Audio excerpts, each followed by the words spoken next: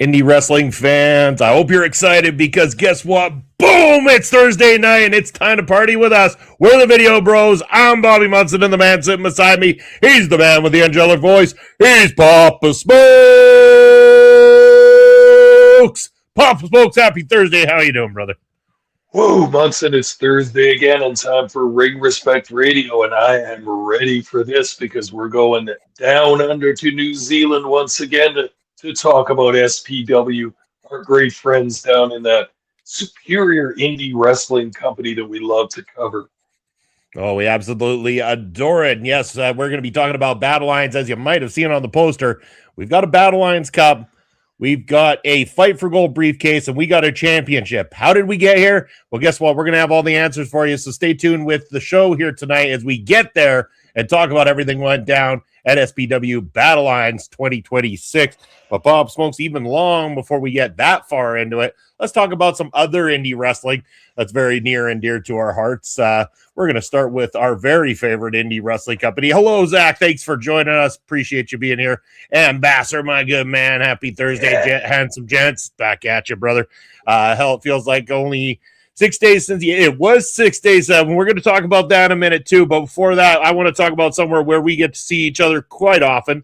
Something along the lines of, well, I heard there's a storm warning coming, Papa Smokes, a storm warning, or at least one presented by Prairie Pro Wrestling, because Prairie Pro Wrestling presents storm warning on Saturday, June the 27th. The hottest goddamn ticket in town. Tickets are going fast because everybody and anybody wants to be there live and in person for Prairie Pro Wrestling storm warning. You know who else is going to want to be there aside from Basser? The Mangler's going to want to be there. I know damn well the Mangler does. And yes, that shirt of Papa Smokes is totally badass, that Motorhead shirt. Papa Smokes, that storm warning, that poster is absolute fire. How excited are you for this show coming up? Very excited, and I saw that poster, that beautiful poster on X today, and had to retweet that to put out the word to all of our wrestling fans. It looks good. The card looks good. The action and the competitors look awesome. Oh, yeah, we got some more tickets bought today. Oh, hell yeah. The Mangler is a front row fan for sure. But I'm excited for this June 27th, an awesome time of year for a wrestling show. And we're going to see, you tell me that ticket sales are already pretty brisk, and I think they're going to really pick up over the next bit. We're going to have another packed house at the Cosmos Center just off Broadway, and we'll have all the action for all the fans, no doubt about it. So what do you know about this card, Munson? Do we have our heavyweight champion going to be in the house for this card?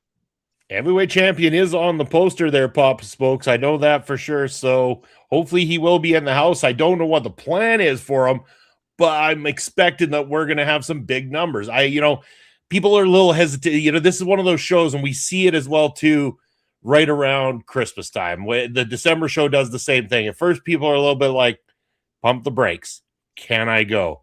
Do I have a party I need to attend? Or in this case, do I have a summer weekend with the family out at the lake I need to attend? Summer concerts, summer festivals, summer this, summer that. They're not too sure. But then in the back of their minds, there's always that little bit of a voice telling them, who the fuck cares about all those other things when you can go to Prairie Pro Wrestling, goddammit? And that's what they end up doing. So over the next 2 weeks, you're right. Those tickets are going to sell right out. I expect them to, just like they do out in, other places, like, say, Winnipeg Pro Wrestling, who we know sells out all the time. Yeah.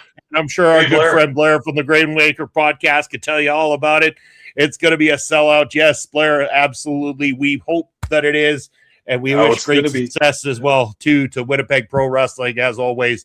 Love all of you guys out there as well, too. Support Prairie wrestling in general. It's in our name, but it's across the provinces here in Canada, Pop Smokes. It means a lot to us. Oh, man, since watching the last few cards from PPW, particularly the fight at the museum, just very impressed with this company. Just love to cover their stuff, love to watch it as a fan, and they're doing great stuff out there in Winnipeg. I also love the way they always give a favorable nod to the past wrestling of Winnipeg, in particular the AWA that I went to as a kid. Just love to see that. I'd love to see what they're carrying on, the great tradition of blue-collar Winnipeg wrestling. Just absolutely love it. Yeah, you bet. And Blair, you know what? If you are going to make it out for a Prairie Pro show, you contact me directly, brother. We will put you up. A couple of seats right in the front row seats there will be on us. So just let me know if you're going to make that trip out here. Yeah. That's the least we can do for you. And if you like to have a drink or two after a show, well, I don't think Pop Smokes and I would be so opposed to, making it happen. I know I usually don't go drinking after the show because I'm usually tired AF, but if you're making the trip out from Winnipeg to Saskatoon, I make an exception. And we know of a couple of places that can host us after wrestling months, and we've had good luck in the Broadway area. We know of a couple places that have an interest in wrestling, shall I say, and some wild shit goes down. Oh, hell yeah, Blair, let's do it up. That'd be great. We'll return the favor. We'll come out there and go to one of those shows at the one of those outdoor shows at the Blue Note. That'd be awesome. Yeah, that's the aim anyway. We'd love to come out there this summer for one of those shows for sure. But yeah, speaking of shows, Pop Smokes, before we even get into SPW, man, we went to a show on Friday. Bass talked about it. We went out there, myself, my wife, you and your lady, as well as Basser was out there with buddies from work. A fairly packed house, I got to say, for BEW doing their first Saskatoon show. Kind of coming in on our territory a little bit, but whatever. You and I don't get to go and enjoy watching the pro wrestling usually because we're working. So it was nice to go out with a crew of people that we know and like hanging out with and go check this wrestling out. And there were some great people on this card as well, too. People that we've talked about from some of the various companies that we cover, including, the Vandal Chantel and the Giant Orion and some familiar faces like Bobby Sharp and Kat Von Hees that we've seen before, or Riley Rose, who worked a match at PPW as well, too. And then, of course, some people I've seen maybe because I've been to a couple of previous BEW shows out when they've been in Warman. But aside from that, there was a couple of new faces as well, too, because they had a few different ladies matches on there. And so there was a different mix of different wrestlers that, we weren't necessarily accustomed to. I had a good time. I think it's atrocious paying $10 for a beer, but I still paid $10 for beers and had a good time. Yeah, I got to mirror that sentiment as well. And it, like you said, it's fun for us to go out as fans and not have any responsibilities for anything going on at the show. No camera work, none of that stuff, not having to be at ringside, which I enjoy, of course, at our shows, but it's fun to be a fan and just watch. And you know what? I wanted to bring up something about this show is that I've always find it interesting going to other wrestling shows in Saskatoon because they have a whole different crowd than ours. Hey, did you notice that there's Yep. I always think that there's kind of a set wrestling crowd in most cities, especially a smaller city like Saskatoon, that there's kind of a bunch of wrestling fans and they go to the various shows that come here. But we didn't see any PPW fans aside from our party, of course, which was a number of people. But I saw two others. Okay. Well, very few then. And it's just interesting to me. This was a completely different crowd. This was like a West Side wrestling crowd. They were all different people. They were all into it. It was fun, Munson. I liked this atmosphere a whole bunch. They had a ton of merch. The fans were buying merch. And the other thing I thought was interesting about this crowd was the diversity of it, the age diversity. We saw sitting ahead of us, there was a grandpa, a dad, two sons and their friends, like just generations of people. There were lots of kids.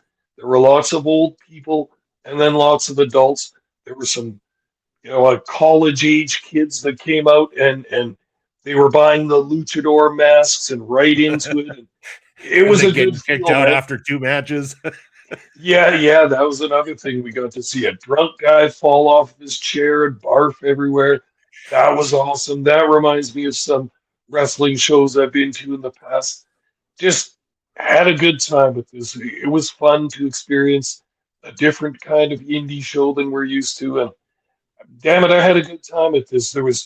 They featured the ladies quite prominently on this card. Was there 3 or even 4 ladies matches out of the 6 or 7 matches? 3, yeah. Yeah, I think it was 6 matches total. 3 of them were ladies matches, so 50. It was like 50-50. Yeah, and we knew some of the talent, and some of it I'd seen before. Moses, Luke, and Thrillin' Dylan, we know Yep. he's a long time legend in Saskatchewan wrestling as well. Haven't seen him in the ring for a long time. Very good feelings all around, and had a good time with this. And the Travel Lodge was a very different venue than I'm used to seeing too. And Yep. wow, it was cool. I had a good time at this. Would go again, but of course, Munson, as you know, I'm holding out for the Carnival of Chaos to come to town. I'm not going to another of their shows until they bring the insane clowns in, and that's the bottom line right there. They bring the clowns in, I'm there. All right, Papa Smokes has put it down. If anyone from BEW is watching at any point in time, if you want Papa Smokes back in the house, you got to bring the clowns. So if the clowns are there, Papa Smokes joins. And you know, if the clowns are there, I'm going just to experience what Papa Smokes is experiencing, because I got to see the reaction that Papa Smokes gets out of this carnival of chaos, as they're called. Basser and I have firsthand seen the carnival of chaos, minus bonkers, of course, but Yeah, the other two we have definitely seen. it's bonkers that I really want to see. Like I think they were mediocre with the other two, but with the addition of Bonkers, that's where the magic comes in. I think Bonkers and his big hammer, just got to see that going out. He's going to be bonking people all over the place. Maybe he'll give Papa Smokes a good old bonking on the noggin there too while he's out. I could only hope so. Bring it on, bring it on. There you have it, BEW. Thank you for a good night out. We had fun. Of course, as I said, PBW, reach out to us if you want to buy your tickets to the best wrestling in Saskatoon. That's coming up on Saturday, June the 27th. But what also you can check out for wrestling, you can check out lots of great wrestling online. We do it for Prairie Pro. Blair and his team do that for Winnipeg Pro. You know who else does it, Papa Smokes? Our good friends at Southern Pro Wrestling, SPW New Zealand, who kind of one of the earlier companies that we adopted doing reviews for here on the channel. And I know, of course, with time differences, a lot of them, struggle to get in here on the live chat, which is cool, but we know they're going to be watching on repeat. So first and foremost, before we even start talking about this show, hey, thank you to all our friends out in New Zealand who always support us and make this our fun time and do these great shows. We appreciate you all, and thank you for watching. Let's get down to the nitty gritty. The Battlelines Cup, Papa Smokes, 3 matches that are going to take place. And those 3 matches, the winners of them will go on to a triple threat match to decide who is going to be the winner of the Battlelines Cup. Now, for those who don't know what the Battlelines Cup is, it is a cup tournament that SPW holds. The winner of it, therefore, is guaranteed a shot at the SPW New Zealand champion at their Southern Rumble, which is one of the bigger shows for them for the year. Now, this also became very interesting with this show and something I haven't seen them do before, and I want to talk heavily about that as well, too. But to get there, we got to talk about the matches that got us there, Papa Smokes, first and foremost. And hello to Ed joining us in the house. Just got done with Marvel Talk, wrapping up the Daredevil season finale. So if you haven't checked out the Marvel Talk review yet, wait till this show's over and go on back over to YouTube where you're going to be able to find that for your replay pleasures. But yeah, Papa Smokes, we got a lot of matchups to talk about. Let's get right into it. Because this venue has been done before, not one that we need to really do the lay of the land. I think we've given the lay of the land a bit on this one before. So yeah, this one is in Invercargill again. I've talked about this city. It sounds like such an interesting and fascinating city, home of those famous oysters that you can get at a number of restaurants there. So curious. Wish I could try those fresh in one of the restaurants there. But yes, this show was Saturday, April 18th, 2026, held at the Corinthian Center in the Invercargill Working Men's Club in Invercargill, New Zealand. Capacity up to 1,000 people. Yeah, perfect. So we're going to open this thing up with one of the first round matchups in the SPW Battlelines Cup tournament. So we start this one off with Toothless Nico Bell in singles action against K9. What an interesting way to start this night off. Was very much looking forward to it once they brought the competitors out. And this was a very strong opening match. Man, is Nico Bell great as a heel. We've seen him work singles over in IPW New Zealand. He works mostly tag team that we've seen here in SPW, and he works heel. He works babyface over there as well too. So it's like we haven't seen this side of Nico Bell in one-on-one action before, and I liked it. The cynical part of me really liked watching Nico Bell, the singles heel in this matchup. He is a shit talker with the best of them, gets that crowd right kinds of riled up throughout this thing, but he backs it up with some good wrestling. He gets some good shine in this match, really working with K9, making K9 work for it. Of course, you got over in the corner of K9 now, you've got the People's Palmer, as he likes to be called. He's got all the people in the crowd now with "I'm a K9 guy now" signs being flashed up. So that's seemingly getting over. At one point, Palmer tries to get involved. He jumps up on the apron and asks K9 to tag him in. I was a little puzzled by this, but it turns out to be a kind of a nice little distraction in a sense without interfering with the actual matchup, because it takes Nico Bell's focus away from K9 and onto I want to call him Professor Palmer, onto People's Palmer at that point in time. But yeah, and then after that, K9 manages to get back into this match. He gets really dominant throughout this thing, really starts to shine as the clearly very experienced top guy wrestler that he is, and he ends up getting the pinfall victory. This was hands down, even looking back on it, is one of the best matches of the entire night. And for great reasons, because K9 is pretty much in that conversation every time he's in a match in SPW. And that was no different here. But I also got to give kudos to Toothless Nico Bell, who I thought was one of the standouts of the night, getting to see him as a singles heel wrestler this time around. For sure. And from the first times we started watching SPW to cover it on this podcast, from the very first show I watched, K9 was a huge standout for me. The guy looks like a wrestler, is built to be a wrestler, acts, sleeps, dreams, everything wrestling, obviously. And you couldn't blame any of his opponents for being intimidated and coming to the ring with him. He's pounding the chest. He's got the whole crowd barking like dogs viciously. But Nico Bell doesn't take any shit from anybody. He's a hockey goon.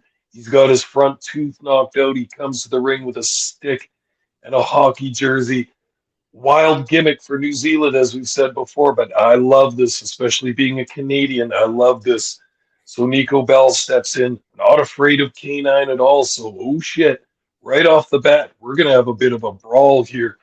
But right off the bat, in this first match, they don't brawl. They wrestle for a while. This was surprising to me, especially from either guy, but especially the two of them. Some pretty nifty technical wrestling from K9. Couldn't believe that. Little arm bar, switching that around. Now there's a standing arm twist and a little somersault to get out of it. All that nice wrestling stuff you like to see at the beginning of a match. Just unexpected from these two, but I love to see it. Bell coming along nicely as a wrestler as well. Takes his time, not in a big hurry. We've seen him look a little bit more nervous in the past and having those happy feet, as we call them, just moving a little too fast and a little too nervous.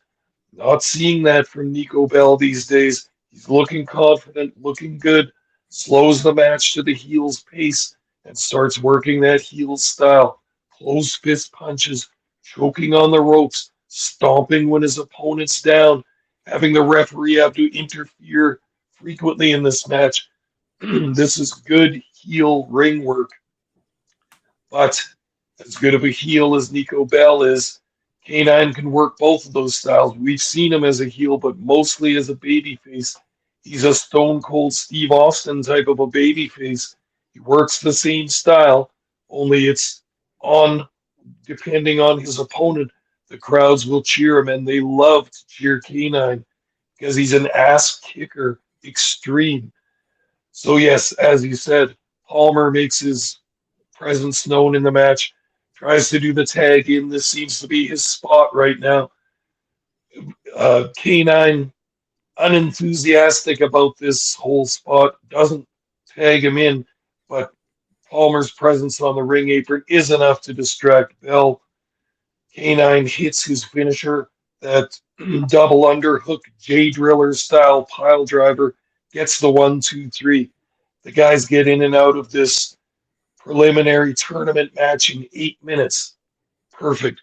Don't tire yourselves out, boys. You're both going to be seeing more action throughout this night, especially K9, who advances in the SPW Battlelines tournament. We're going to see how he fares later on. But for now, K9 with a big win in a hard-hitting and exciting opening match that's got our card off to a running start. Yeah, it was a fantastic opener. Like I said, one of my favorites of the night. Really, really good way to start. Well done, gentlemen. Next up, our next match in the first round of the SPW Battlelines Cup here. Oh, before we go there, though, it's hello to Astrid. Hey, Astrid. Thank you for being here with us on Ring Respect Radio. Next match we have up here, Papa Smokes. James Shaw comes walking out, the divine light, our good buddy James Shaw. As seen on here on Ring Respect Radio now, I believe three times he's been a guest here. So James Shaw comes on out for his matchup, and he's going up against Chalky Murdoch. And I'm like, okay. We haven't seen Chalky in singles action before, and here's James. We're supposed to hate James. I know, boo, he's so evil, he's so bad. And man, he is so good at being bad. He really is good at being bad. Chalky, obviously very loved by the audience. They really enjoyed him here. I thought this was the most outstanding I've seen Chalky work since we've started doing these reviews. And I don't mean that in a negative way. It just, some of the other stuff I think that he's been doing in the tag team, the matches were never the standout matchup of the night. So I tend to not remember as much. I'll remember this a little bit more though, Pop Smokes. I think that Chalky put on a great display here. And maybe that's because he's working with James, and James seems to be able to work and get the best out of anybody that he's working with at the same time, because both these guys put on a hell of a follow-up match, especially to follow such a good opener in K9 and Toothless Nico Bell to go into this second matchup here. They did a great job. So yeah, but I thought Shaw's perfect. Like the funniest standout piece was Shaw pretending that he was getting tripped up by Chalky's tag team partner, Adam Avalanche, on the outside. And they would even go, like, David Dunn calls for the replay of the video at one point and shows it from another angle. And all of a sudden you just see James about 2 feet away from the hands of Adam Avalanche on the outside. And he does this whole trip up segment and everything, ends up getting his ass kicked out. It was typical James at his best. Chalky was doing his stuff and once they kicked out Adam Avalanche, oh, here we go. James is going to cheat to pick up a victory, but no, Chalky gets the better of him, hits a choke slam and gets the pinfall over James. I'm starting to see a trend here where obviously James is good at working. He can continue to draw the heat and get right back into the main picture at any given time. They're telling the story about how he feels like he never got his opportunity properly at the SPW Championship and how it's the only title in all of New Zealand that has really eluded this decorated wrestler.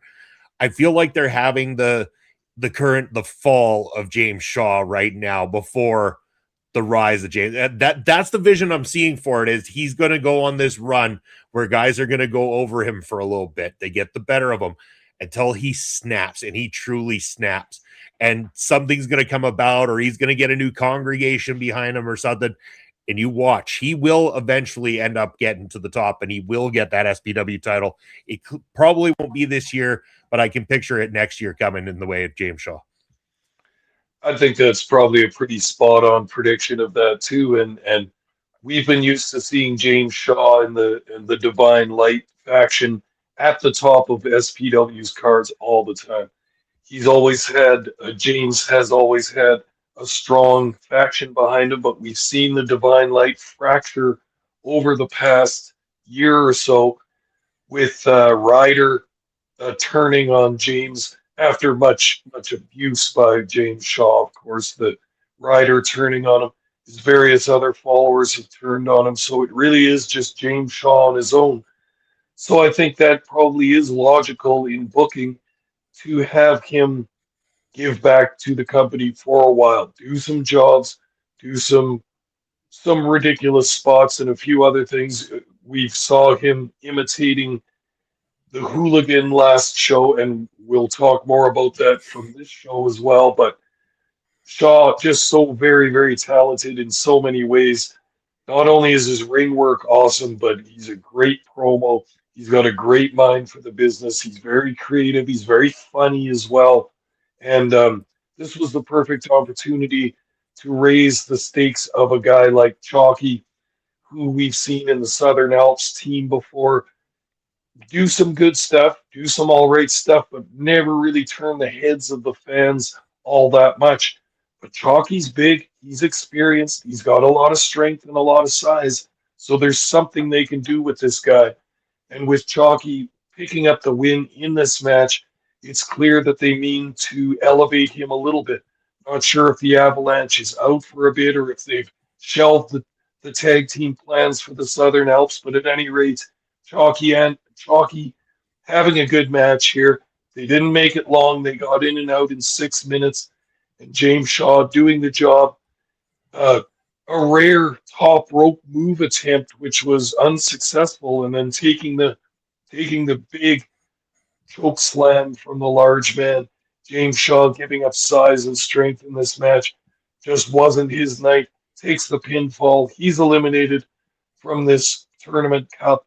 So Chalky moves on, and they, like I say, didn't have to do a whole lot in this match. 6 minutes and we're done. So we move on to the next round of this tournament. We certainly do. Next round of that tournament, we get Ryder, the Golden Boy himself, taking on the other half of Nico Bell's tag team, King and Crosscheck. Mr. King himself, Michael Richards, in this one. I think we've reviewed at least one, maybe two Michael Richards singles matches prior to seeing his team up with Nico Bell. So we have seen him before. He is a seasoned veteran. We know that he can work in there. And so is Ryder. Ryder's got a been a very seasoned veteran for them as well too. One thing I will say, and I hate to pick at things, but the Ryder gimmick, it's kind of got a shelf life coming up, Papa Smokes. Like, I was finding even myself not as excited about it as I was when he was going after James Shaw, kind of thing. Like, it worked in that context, but here I was less on board with Ryder this time around than I was when he's working with James. And I don't mean that as a criticism towards Ryder. He's a great in-ring worker, but the dancing Golden Boy gimmick a little bit is gotten away from me. Just like Pop Smokes has gotten away from me. I talk about it and then he disappears. It goes into the background, goes away, leaves me here all on my lonesome to talk to all of you about what went on. Oh, look at this. Papa Smokes has returned back to the fold. See, I start making one little criticism, Papa Smokes, and you run for the hills. No, it was somewhat on point, I think. Like, I agree with you about Ryder. When we saw him, did he win the Southern Rumble last year? Was that the big event that he was victorious in? And then he had a great match against Cool Guy Sky to follow it up. Yeah, that's right, too. Because he had a whole ton of momentum. They did that build-up so good when Ryder was in the Divine Light faction with James Shaw, because they built it for a long time. Shaw was the spiritual leader of this group, but he's a tyrant, right? He's a mean leader. He doesn't give back to his faction. They're just there to elevate him and to protect him. So he's been abusing Ryder this whole time. Ryder was never standing up for himself, and James was verbally beating him down, denigrating him in front of the fans.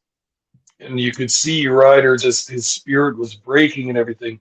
So when he finally rose up and stood up against James Shaw, and then in that same night won the Southern Rumble, there was an electricity to it. He was an underdog, and he won, which is what is basically their Royal Rumble, one of their big shows of the year. It was unexpected to the fans. It was a surprise. So Ryder really was elevated by that win, and he does have a great energy to him. He has an enthusiasm. He has a charisma that he brings to the ring. It's kind of a pure babyface energy. But you may have a good point there that it was stronger when he had a direction, when he had an actual purpose in battling against the Divine Light and James Shaw. Now we can believe that as a babyface, he's going for the heavyweight title of SPW, but yeah, I'm going to have to agree with you. There's something a little bit lacking to it. A little bit of direction is just not there for Ryder, but I still like him. I still pull for him. Mm-hmm. Even though I'm the kind of fan that likes heels better, I still like Ryder as a babyface. But and Richards is a pretty dastardly heel as well, so it should be even amplified. But this match, they also did quickly. This was a 6-minuter as well. We know that one or both of the guys are going to be in, well, really just one of them is going to be in action again later tonight. So there's no need to prolong this. Both guys are going to be going for the win early. Ryder misses a top rope splash. Richard hits his finisher. 1, 2, 3, pinfall in 6 minutes. Ryder is out. The heel Richards is in. So once again, we're now starting to get this tournament fleshed out as to who's going to be there at the end. And we got our 3 guys for the 3-way main event finishing match here. So this should be exciting. But in order to get there, we've got a few more matches in between. We sure do. Yeah, a lot of talk about before we even get to more matches. We had a segment come up next, Bob Spokes, and here we go again. I wasn't going to be fooled twice. Fool me once. That's about as far as you're going to get, Mr. Shaw. Because this time when they said that the hooligan Marcus Cool was going to be there to address his injury situation and whether or not he'll be back soon, when we can expect him back, if at all, I was like, I'm not buying it. Nope, not having it. James Shaw is going to be wearing a bald cap, and he's coming out again as the hooligan James Shaw, and you better believe that SOB did it. And I shout out to James. He's got a great gaming channel as well, too, Divine Light Gaming. You should check it out sometime. I sometimes pop it on when I'm starting my day at work there at the beginning and talk to James for a little bit, and I've started bugging him by calling him the hooligan James Shaw. Which he's popped pretty hard for. So he comes out once again with the bald cap, imitating Marcus Cool. He's the hooligan James Shaw. And only this time, he was going to try to prove differently. He was going to prove that this is all 100% true and that James Shaw is not who's in the ring and that it was actually the hooligan Marcus Cool, because he had a video screen that he claims was live, although it's clearly pre-recorded material where he's doing a conversation with James Shaw on the screen, and what he's saying as the hooligan in the ring, saying that he wanted to give up his opportunity at the heavyweight championship that Marcus Cool had won previously by winning last year's Battlelines Cup. He wanted to give that up to James Shaw so that James Shaw could have an opportunity at the championship because he thinks James Shaw is amazing or whatever. And they set this whole thing up. It's going back and forth.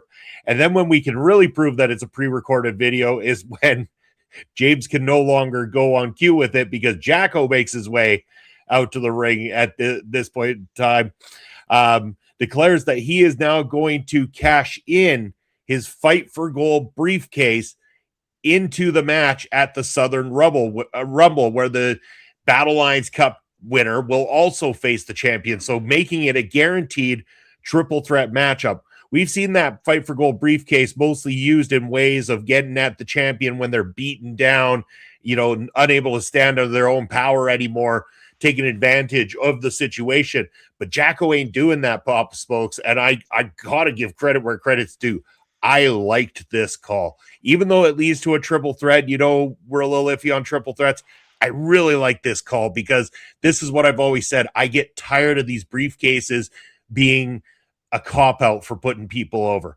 In fact, if Jacko goes over in this triple threat matchup, I'm going to say that's an even stronger way to go about it, too, because he called his shot. He went toe-to-toe with not one but two motherfuckers in that ring that night to win that championship belt. I liked this a whole heck of a lot, Jacko calling this spot. Sure. And this was all work to set up stuff for the Southern Rumble. And I think James Shaw is very funny doing this hooligan business, and you got to think I'm a fan of Marcus Cool, the hooligan, and just like me, all the fans know that Marcus Cool ain't going to take kindly to these imitations with the skinhead cap and the cleats, and Shaw's mocking Cool's catchphrases and all the rest of it, and he's mocking him pretty good, and it's quite funny, but you know that that's just going to incur the wrath of the Hooligan. So Hooligan with the number one contenders shot guaranteed. Jacko with the number one contender shot guaranteed.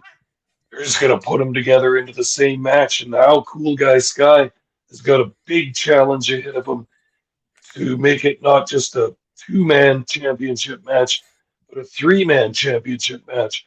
It's a little wacky because Jacko has 33 and a third % chance less of winning the match, as does Cool Guy Sky. That math figuring out okay? I think that Steiner math is doing okay there. And we'll see at Sacrifice. No, but anyway, we're talking about the Southern Rumble here, and yeah, they're going to get their championship business all taken care of in one match. Two number one contenders and the champion Cool Guy Sky. If he manages to retain tonight, it'll be him against Jacko and the Hooligan. That should be very, very interesting.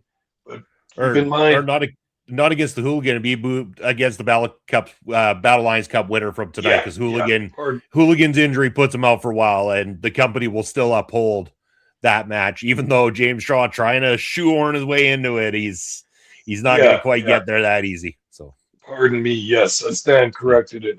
And barring James Shaw's interference in this, I wouldn't be surprised to see him somehow weasel his way into this match. That snake oil salesman, that con man that he is. But at this point, at least, we got a three-way Cool Guy Sky versus the Battlelines Cup winner and Jacko. It should be good. It should be interesting. Not the hugest fan of three-ways, but we'll see. This will make a nice semi-main event to the Southern Rumble. Sure will, yeah. And the question becomes, right now it's Cool Guy Sky, but will it remain to be Cool Guy Sky going in that matchup? Because he's up against another former champion in the form of Azza, the leader of the Black Light District. They played a nice package before this one started, showing the rise of Azza, him getting into the Black Light District, him taking over the Black Light District, ready to call the shots, ready to get his championship belt back. Feels like he was cheated out of it in the first place, that he never truly should have lost it to Cool Guy Sky. But here we are, Azza versus Cool Guy Sky. Man, this was awesome. This, again, these guys are fantastic workers. Cool Guy Sky, again and again and again, shows up each and every time as the champion for this company, as the face for this company. There's a reason they've trusted him in this spot for so damn long, because if there's a gimmick that the fans aren't getting bored of, it's Cool Guy Sky, because not only do they like his his throwback rocker gimmick that he's got going for him, but he is fantastic as a babyface in the ring. Like, his fighting from underneath is always great. He sells like nobody else's business. Like, he really sells the idea that he's always in a little bit of trouble, but that he's got that heart, that tenacity, that fight back all the time. And at the same time, you got Azza, the dastardly heel now, and he's looking better and better, more sharp in the ring each and every time. And so this time when these two guys collided, it was that much better. These guys were back and forth through this whole thing. There was times I'm thinking, man, they might pull the trigger on Azza being the champion again. Like, I had some very strong belief that I was like, maybe that's the way it's going, to have Azza in that picture. Because again, remember, and the whole part of your Papa Smoko name originally come from the Smoko Express of Azza and Jacko. And again, that story, I know they've told it before, but they're not afraid to go back to that little storyline between Azza and Jacko as well too. So I thought, okay, makes a lot of sense. It very well could be the case, but not the case on this particular night though, Papa Smokes, because once again, remember, we talked about it last time, the masked mystery person that came in and assisted Cool Guy Sky, basically saved his bacon against Liam Fury last time, which we thought, maybe this is a Liam Fury thing. Maybe he's setting something up for a rematch of sorts. I'm not on that train anymore, Pop Smokes, because the masked man come out again, and Cool Guy Sky's looking like he's shocked by these things. But I'm starting to wonder if Cool Guy Sky might be feeling like he don't want to be the good guy no more. I wonder if Cool Guy Sky's tired of the gimmick before the fans have tired of the gimmick, and maybe Cool Guy Sky has been setting this all up himself, and maybe there's something more to this thing than meets the eye, and we'll have to see as time comes. But for the meantime, we got ourselves and still SPW Heavyweight Champion Cool Guy Sky in what was a very good title defense. Very good match, and these are obviously the two top guys in SPW, the top babyface being Cool Guy Sky, and Azza has raised himself up to the top of the card by extremely heelish behavior. I like what this guy's doing a whole bunch. He's really embraced the heel role, and he plays it up hard. So when these two meet in the ring, you've got the most dastardly villain against the most fresh-faced and baby-faced or baby-faced hero in the company with Cool Guy Sky. Sky always plays by the rules, but as we saw in the little video package before the match, Cool Guy Sky trying to cut a promo in the back, and he is jumped by Azza and hit over the leg with a chair. So this is going to add a little bit of extra drama to the match. Is Cool Guy Sky's leg okay? And of course, all that high-flying offense, very much depending on a good set of legs to enact, including that 450 splash, which is usually the last thing that Cool Guy Sky's opponents see before they get pinned to the mat. So Azza came out firing in this one. Jump starts the match. This was one of those things where if the bell hasn't rung yet, you can do any kind of violent attack and not risk disqualification because the bell hasn't rung yet. So Azza's hitting Cool Guy Sky with the belt, going after that possibly injured leg, and Sky showing the babyface that he is when the referee checks on him and says, "Are you good to go in this match? Are you good to go?" Sky says, "Oh, hell yeah, ring the bell. I'm ready to go no matter what. I will fight in this match." Good babyface stuff, and the fans love that. Sky sells that leg all throughout the match. These two go outside the ring for long periods, battle out there amongst the fans. Always a treat for the fans, as we know from PPW. They like to get a good close-up view of the action and of the wrestlers.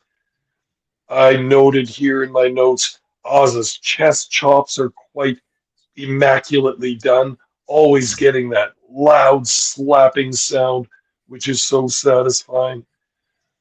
There were some very close 2 counts in this match. Imagine the referee was having a couple little conniption fits at how close these kickouts were. Sky hits the 450 splash, but oh yeah, and surprise, surprise, here comes the other members of the Blacklight District, Saboor and the other guy. They're going to interfere in this. They distract the referee and Cool Guy Sky. Azza hits a low blow, hits Sky with the belt. This now looks like, okay, Azza's going to go over here. There's no way Sky's taking a groin shot and a headshot from the belt and kicking out. But as you mentioned, a masked man comes out now, this time on the side of Cool Guy Sky. He interferes, hits Azza with the belt, which allows Sky to hit another 450 splash. Pinfall, and we're all left with the thought, who is the masked man and who is he working for? You suggested that it might be Cool Guy Sky, sick of the interference, sick of the factions trying to have their way with him, hitting him with chairs and stuff. Maybe he's employed a masked man. We don't know any of this, but leading up to the Rumble match and the Rumble card, we have to wonder, have we seen the last of the masked man?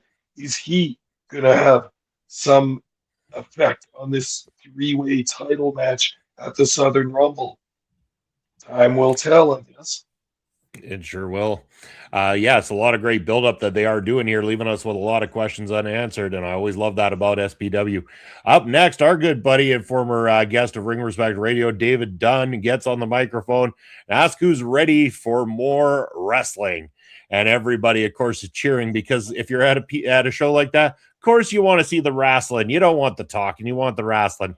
But, of course, every once in a while, it's okay to get some talking, and especially when it's set up just like this, Papa Smokes. He brings out J.K. Moody, the antidote. J.K. Moody comes down to the ring and says on the microphone that his initial plan was to hang up his boots and retire after that lockdown matchup that they had at the end of last year.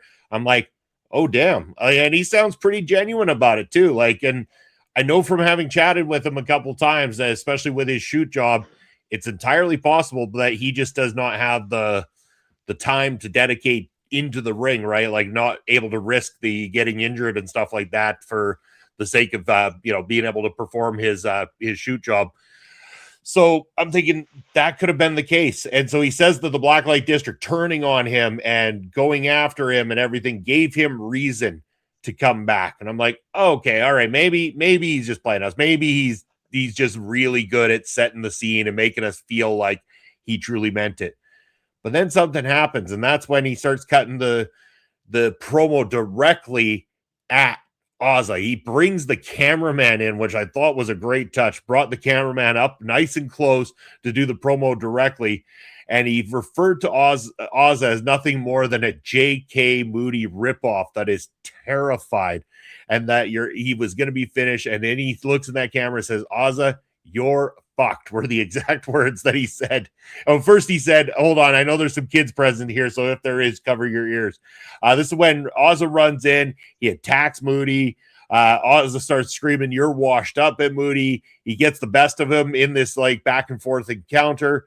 But before he does, there's a challenge set up. J.K. Moody gets back up and challenges Azza to a loser leaves SPW forever match at the Southern Rumble. Jesus Christ, Papa Smokes, my head blew up because I was like, please don't tell me, because I like both these guys a hell of a lot, but now I'm starting to really think J.K. Moody is telling the truth about wanting to hang up the boots here, because this is perfectly set up for that opportunity. A great match against Azza that, turns out with Azza being victorious, J.K. Moody has to leave. He's still there in the background, behind the scenes, I'm sure, helping out wherever he can. But damn well that it almost feels like the setup for our goodbye for the performer inside the ring of J.K. Moody. That one was a little bit of a hard pill to swallow, but at the same time, the great thing is we're going to get a banger of match between J.K. Moody and Azza at the Southern Rumble. For sure. And to talk about J.K. Moody for a little bit, I was glad they did this segment because I love to hear him talk. He's very good at it, very talented. But from the first SPW show that we covered, the first one that I watched, let's say roughly 2 years ago, J.K. Moody was one of the talents in this company that really stood out to me. I mean, he is a wrestler's wrestler. I talked about Canine before, a little different style, although these two have been buddies and traveled the road together and everything. But Moody that really has always stood out to me as a very, very talented wrestler. He gets it so well. He uses his charisma in the ring as a heel. He was awesome. Very, very hated. The leader of the Blacklight District, who were one of the big factions in SPW back then. But I had it in my mind. It's always the thing I think of when I see someone that's very talented at either the babyface or the heel role. I like to think of what they would be like in the opposite role. And I've constantly thought of J.K. Moody is such a good heel that he would make an awesome babyface. And there are only a select few wrestlers out there in the business that can really manage both those roles and excel in both of them. And I think J.K. Moody's hitting it out of the park at this time due to his excellent talent and understanding of wrestling as an art form. This was a great babyface promo. Just the way he built it, the way he started off by saying, I was going to retire. Like, I was done in my mind. I was completely done. It silenced the crowd. I mean, it silenced them completely. And he's barely into this babyface run, but you can tell that they're on his side. They're interested.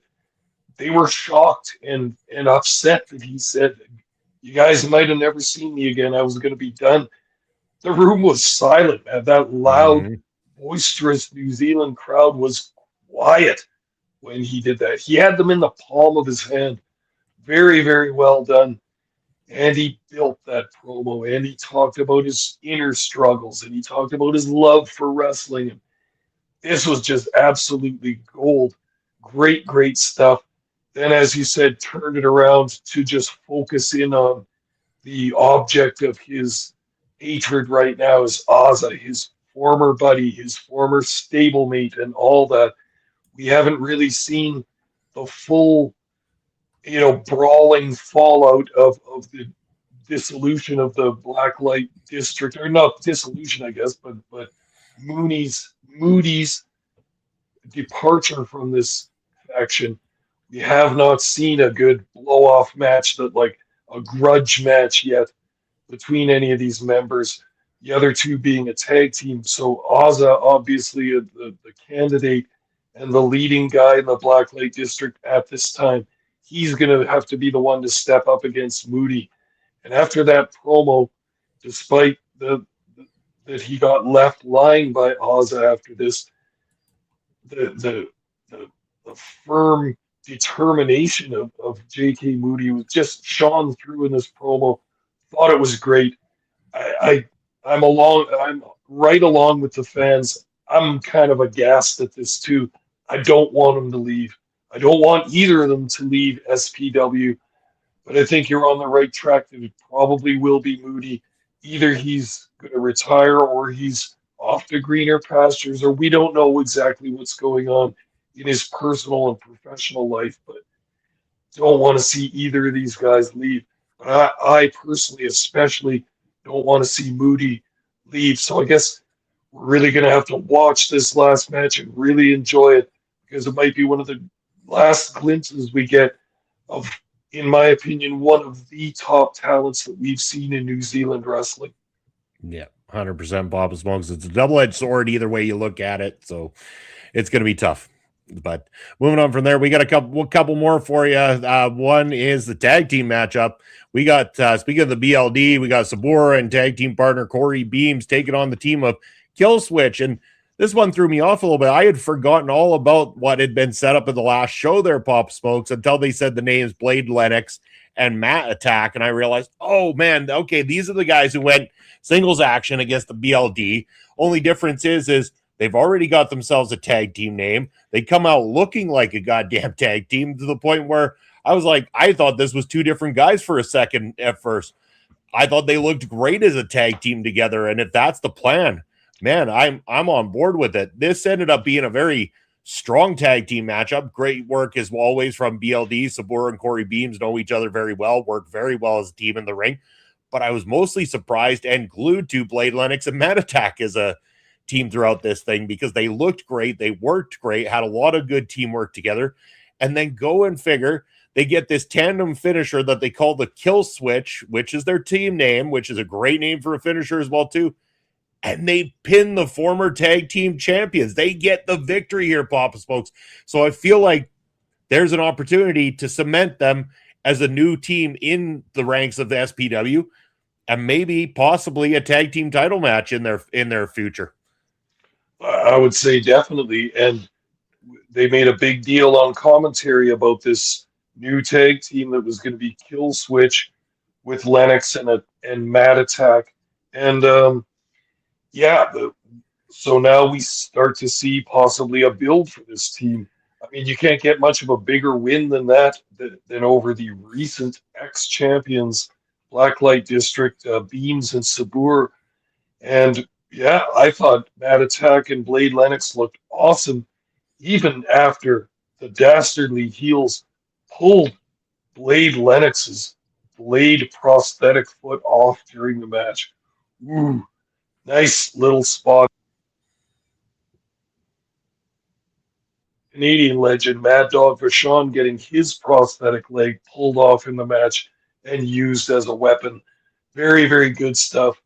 LennoX, a good sport for taking part in a spot like that. But aside from specific spots in this match, solid tag team match. And this is SPW building, building towards the bigger shows, building up a new tag team, and giving them a significant win, which puts them in the tag team title picture. So yeah, great stuff. The Matt Attack and Blade Lennox look good. Their presentation is awesome.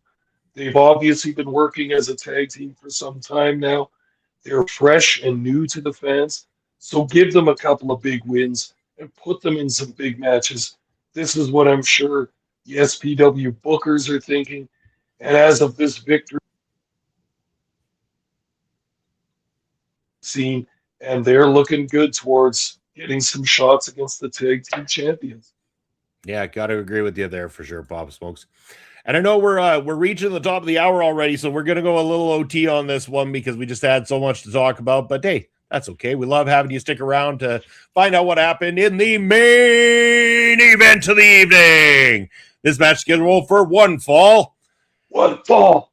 And it is aside the 2026 Battlelines Cup winner. It is our triple threat matchup. It is Michael Richards versus Chalky Murdoch versus K9. And we'll talk about absolute chaos, Pop Smokes. And again, here's what I like. We didn't have a whole lot of matches that went to the outside, did a lot of the outside and stuff like that. So this is where SPW very smart with their booking. They picked their spot. They knew this match is the one.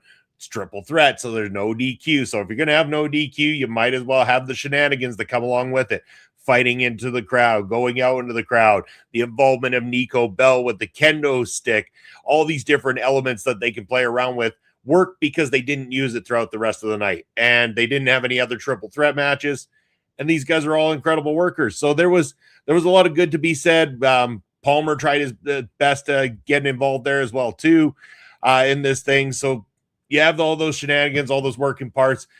Again, it's a triple threat match. I'm not going to get as excited about it as I am singles match because, again, not my cup of tea in comparison to some of the other stuff. But these guys are good workers. I like them. I like what this set up. And it's for the cup. So when it's for the cup, it's that much more stakes on the line, that much more investment. And again, K9, every single goddamn dime, Pop Smokes. He pulls a great matchup.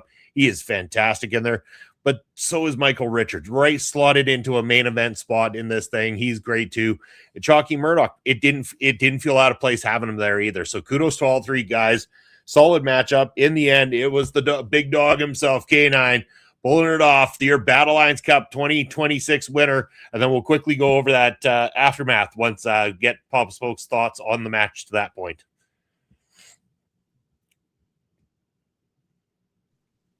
They managed to do a pretty good match here as a three-way. There wasn't they actually ran quite a few spots with all three guys, which is kind of refreshing than having one guy laying outside the ring for 5 minutes while the other two guys do spots in the ring. A whole ton of this match was done outside, as you mentioned, off in the crowd, way back by the curtain and everything. The fans getting a good close-up look at the guys. That's always fun, especially in a main event at the end of the night. The fans like to get it, not involved in the match, but right up close to it. This was clearly set up to highlight K9 as one of the top guys in the company. He has been a main eventer many times before throughout the past. He has been at the top of the card, but now he's marching up there again. And the other two did a great job in this match, but this was the K9 show. And despite the Goon's interference, I keep calling him the Goon, the hockey guy, Nico Bell, comes in with a kendo stick. He was quite effective. Man, those shots were pretty hard. Oh, yeah. I like the way a kendo stick does that snapping and thrashing sound, and ends up taking quite a few kendo shots himself. Richards tries to make an alliance with K9 at one point throughout the match, and K9 answers quite bluntly, "I don't need you." That was a nice touch. And that's one thing I like about SPW is they interact with the crowd, but they don't need a microphone to do it. They have pretty big crowds there, but they will project their voices in the middle of the ring, have conversations that the fans can hear. I find this kind of a refreshing touch. Nico Bell had a nice saying in the middle of this too. He says to Chalky, "I'm gonna kick your teeth in," lining up for that big kick. Palmer tried to get in there and work his business with mixed success. Palmer wants the tag and everything, but if anything provides a little bit of a distraction, K9 hitting that double underhook J Driller pile driver gets the pinfall. So, like it kind of appeared throughout this match, this was set up to elevate K9 to the top echelon of the card. So now he's in a position to go after Cool Guy Sky in the SPW New Zealand Championship. Ooh, man, I couldn't be more excited. And the fans echoed my sentiments quite clearly, cheering very, very loudly for K9. So he's got a big shot and he can make his way back to that championship scene and maybe get that belt around his waist again. Well, and here's the interesting situation because K9 has the Battlelines Cup. Out comes Jacko with the Fight for Gold briefcase, and out comes Cool Guy Sky with the championship. You've got your three biggest right now baby faces in the company standing in the ring, staring one another down, all because they want what Cool Guy Sky has. And the interesting element, you've got three baby faces working this thing, and you know that something's got to give. That's the crazy part here. Something's got to give. If one of these guys, it doesn't snap and turn in this matchup or snap and turn as a result of this matchup or tries to pull some shenanigans, I would be very, very surprised. I'd be shocked if we got a very clean triple threat babyface matchup for the belt at the Southern Rumble with absolutely no shenanigans involved. But an interesting stare down nonetheless, and shows the importance of the SPW Championship to all three of these individuals. They're ready to fight it out, and what a big match that's been set for the Southern Rumble when you take three of your biggest stars and put them into that match for the belt. Looking forward to it. Once again, SPW delivers not only on the Battlelines Cup, but in building towards the Southern Rumble as well, too. Chef's kiss. Well done, SPW. Yeah, I couldn't agree more. And one thing I've noticed since we've been watching SPW, they don't have a mediocre show ever really. Like all their shows are top quality.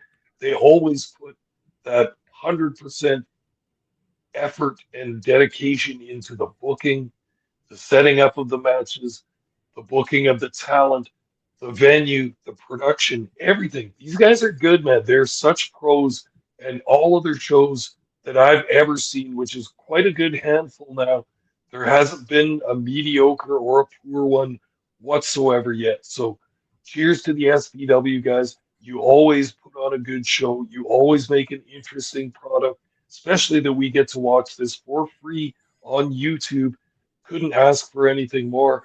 And as usual, after watching this show, I'm excited to see what happens. I can't wait for the Southern Rumble, one of their big shows of the year. I'm on pins and needles. We've got a whole bunch of stuff set up for it already, and I can't wait to watch. One other note I can make at the end of this month is here's another book of notes for Papa Smokes. Finished.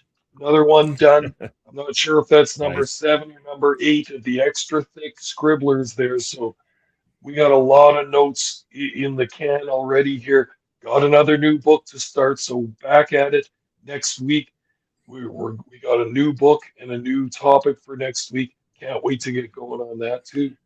You bet. And in fact, I'm going to allow you to talk all about what we got coming up next week. But before I allow that, Pop Smokes, I just got to say, OLE's been making record profits at the moment, but unfortunately, we're going to have to ask you to take a 50% pay cut. So unfortunately, your ticker is only worth half of what it used to be, Papa Smokes. But if you could tell the people what's coming up next week on Ring Respect Radio and where they can reach out to you.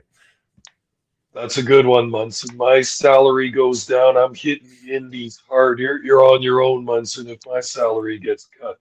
But at any rate, I've got that costly ticker, and let's make some good use of it. I'm here every week on Thursday nights on Ring Respect Radio, hosted by OLE Podcasts and the Video Bros Network. Other than that, I can be found on Elon Musk's free speech wonderland known as X. I am at Smokes_Papa. and on Twitch, allegedly at least, at Papa_Smokes_. Yes, and thank you, Mangler, for being here on a Thursday and chatting along with us. As always, always appreciate you, my friend. As for myself, Bobby Munson, you know the drill. Ticker down below is going to take you to all my social media. If you want to catch me here on the channel, you're going to be able to find me this Sunday, 11 a.m. Eastern time, along with Andre, talking about the week in sports over on Point of View. If you want to catch myself and Papa Smokes in another capacity, you could join us over at Prairie Pro Wrestling's YouTube channel every Saturday afternoon with a new match coming from the vault. We got another one coming out this Saturday for you folks. This Saturday, I believe. I'm thinking, yeah, it's Morris Waltz is in action this Saturday, and I believe it's against Cannonball Kelly, if I'm not mistaken, Papa Smoke. So stay tuned for that one. It's going to be very exciting. Make sure that you're following along to the BPW YouTube channel and checking that all out. As for where you can find other great shows, well, they're all right here on OLE Podcast. We all had a lot of great things from a lot of great creators here on the channel, just like Marvel Talk before us, and just like a lot of stuff that's going to be coming out throughout the week as well, too. And hey, if you want to support us, you can do that. We are a Twitch partner. We're also a YouTube partner, so you can give us super chats, super stickers. On the Twitch side, you can give us subs. Subs will also help us get a little bit more of that revenue and be able to keep some of these programs going so we can keep these great shows going. But you know what else you can do? If you got one of these, it's called a mobile phone. You heard of it? I'm sure you have. Anyway, you got one of these, and I'm sure you've got one of those free Gmail accounts, so you've definitely got a YouTube account. So we want you to head on over to YouTube. If this is about 24 hours after this stream has ended, you're going to slide on over to a thing called Hype Points on your phone, and you're going to want to put some Hype Points on this show. You get up to 3 of those per week that you can give to your favorite content creators of any kind, and we want you to share all that love across OLE, especially here on Ring Respect Radio, where Pop Smokes and I now have had 2 of our shows reach that top 100 on the Canada 100 charts. So let's do it again, folks. We want to go even higher. Bring in those Hype Points, share the love, sub to the channel, do all those wonderful things. And if you're watching on replay, leave us a comment in the comment section below. What indie company would you like to see Pop Smokes and I tackle next? And I think we forgot to mention it. Next week, stay tuned for another trip through the territories. We're bringing that to you next Thursday night, so you're not going to want to miss it. Anyway, we have been 7 minutes in overtime. We appreciate each and every one of you. Have a great Thursday, and we'll see you next week. Take care.